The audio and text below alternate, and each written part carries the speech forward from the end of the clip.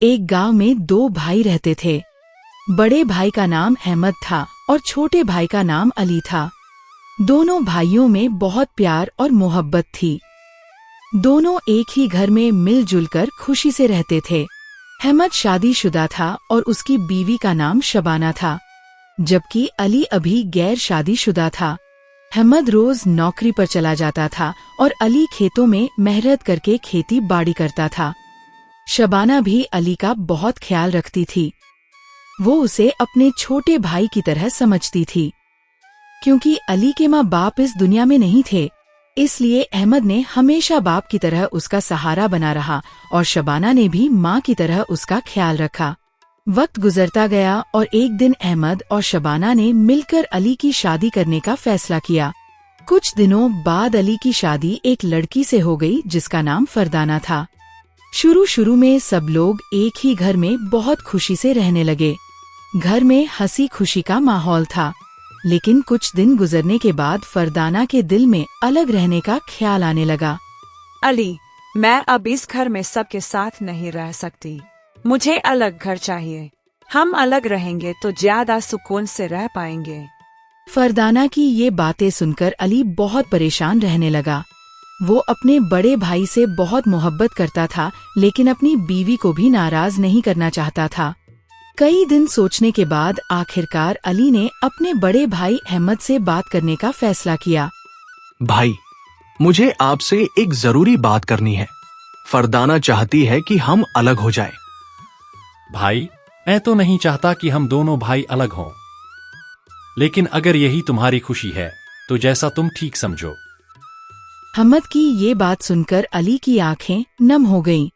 दोनों भाइयों ने फैसला किया कि जब गेहूं की फसल तैयार होगी तो दोनों आधा आधा बांटकर अलग हो जाएंगे।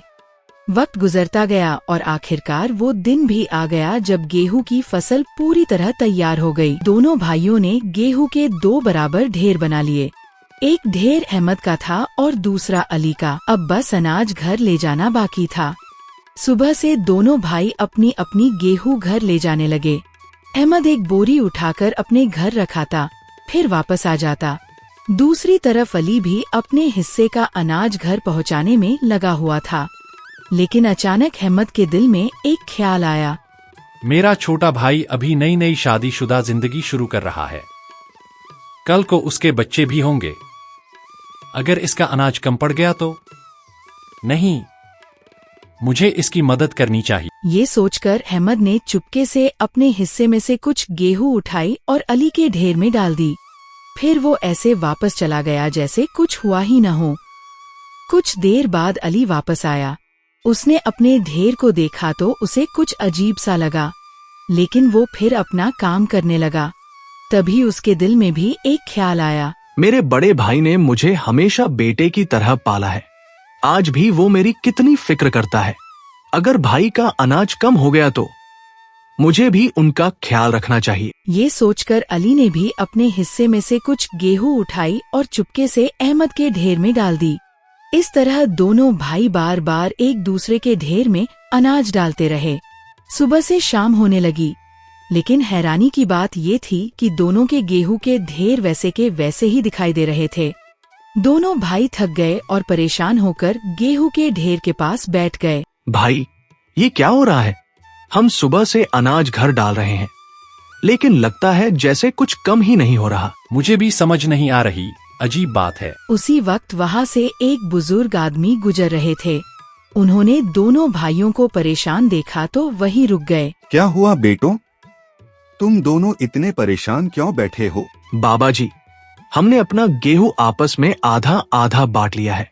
अब हम अलग होने वाले हैं, लेकिन सुबह से शाम हो गई, हम अनाज घर डाल रहे हैं और हमारा गेहूं खत्म ही नहीं हो रहा। हमें समझ नहीं आ रही कि ये क्या हो रहा है। बेटो, सच बताओ, क्या तुम दोनों में से कोई अपने हिस्से का अनाज दूसरे के ढेर में डाल रहा था? जी बाबा जी, मैं सोच रहा था कि मेरा छोटा भाई नई जिंदगी शुरू कर रहा है।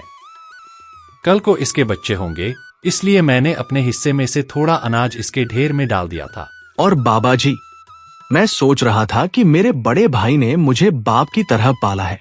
अगर भाई का अनाज कम पड़ गया तो इसलिए मैं भी अपने हिस्से में से थोड़ा अनाज इनके ढेर में डाल रहा था। बेटों, तुम दोनों अलग होना चाहते हो, लेकिन तुम्हारे दिल अलग होना नहीं चाहते।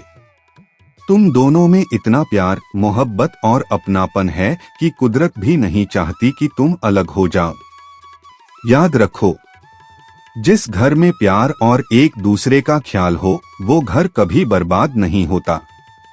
अगर तुम ऐसे ही एक दूसरे का सहारा बने रहोगे तो तुम्हारी रोजी में हमेशा बरकत रहेगी। बुजुर्ग आदमी की बातें सुनकर दोनों भाइयों की आंखें भर आईं। भाई, मुझे माफ कर दो। मैं अपनी बीवी की बातों में आ गया था। मैं आपको छोड़कर कहीं नहीं जाऊंगा। नहीं भाई, तुम्हारी कोई गलती नहीं। शायद मुझे भी तुम्हें अलग होने से रोकना चाहिए था। तुम मेरे छोटे भाई ही नहीं, मेरे बेटे जैसे हो। उसी वक्त दोनों ने फैसला कर लिया कि अब वो कभी अलग नहीं होंगे। घर पहुंचकर अली ने फरदाना से बात की। देखो फरदाना, अगर तुम्हें मेरे साथ रहना है तो खुशी से रहो, लेकिन मैं अपने भाई को नहीं छोड़ सकता। जब मेरे माँ बाप नहीं थे तब भाई ने मुझे बाप की तरह पाला और शबाना भाभी ने माँ की तरह मेरा ख्याल रखा। मैं शादी के बाद उन्हें छोड़ नहीं सकता। मुझे माफ कर दीजिए, मुझसे गलती हो गई। मैं अब इस घर को अपना घर समझकर रहूंगी। कोई बात नहीं फरदाना, घर वाले एक दूसरे को माफ कर देते हैं। उस दिन के बाद वो चारों लोग फिर से एक साथ रहने लगे।